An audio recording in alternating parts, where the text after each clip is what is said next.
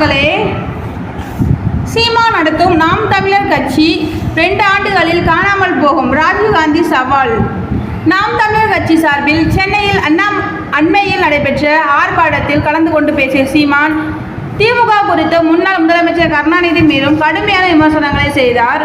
விமர்சனத்துக்கு ஒரு சொல்லை நீதிமன்றே பயன்படுத்தக்கூடாது என்று உத்தரவிட்டிருக்கும் நிலையிலும் அச்சொல்லை பயன்படுத்தி சீமான் அந்த மேடையில் கடுமையாக பேசினார்.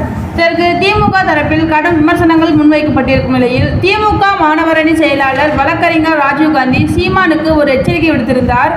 தான் நினைத்தால் இன்னும் 2 ஆண்டுகளில் நாம் தமிழர் கட்சியை இல்லாமல் ஆக்குவேன் என்றும் அதற்கான திராணி என்னிடம் இருக்கிறது. சீமான் வேண்டுமென்றால் இந்த கேள்விக்கு பதில் சொல்லுங்கள் பார்க்கலாம் என்று சவால் விட்டுள்ளார். பிரியாணி மேன் மீண்டும் கைது. கிறிஸ்துமஸ் மதத்தை நீர்பற்றியதாக புகார்.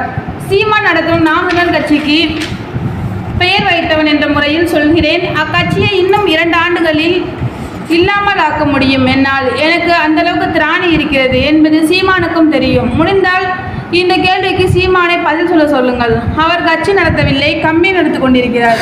அவர் இளைஞர்களையும் மூளை செலவை செய்து கொண்டிருக்கிறார். நாம் தமிழர் கட்சிக்கு இன்னும் கனடா, சுவிட்சர்லாந்து நாடுகளில் இருந்தெல்லாம் பணம் வந்து கொண்டிருக்கிறது.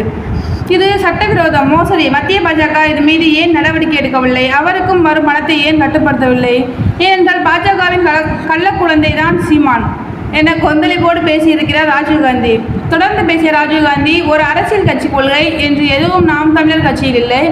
அவர் என்ன கொள்கையோடு பேசுகிறார். இன்று ஒன்று பேசுகிறார், நாளை ஒன்று பேசுகிறார்.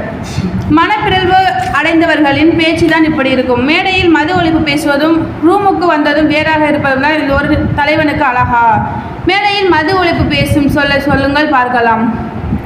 ஆதாரத்தோடு நான் அமல்படுத்துவேன். சீமான் காமராஜ், அப்துல் கலாம், முத்துராமலிங்க தேவர் குறித்தெல்லாம் பேசிய பேச்சுக்களின் ஆடியோக்கள் இன்னும் கொஞ்ச நாட்களில் வெளிவரப் போகிறது. அப்போது தெரியும் என்று புதிய சஸ்பென்ஸ் ஒன்றையும் கொளுத்தி போட்டிருக்கிறார். தேங்க்யூ.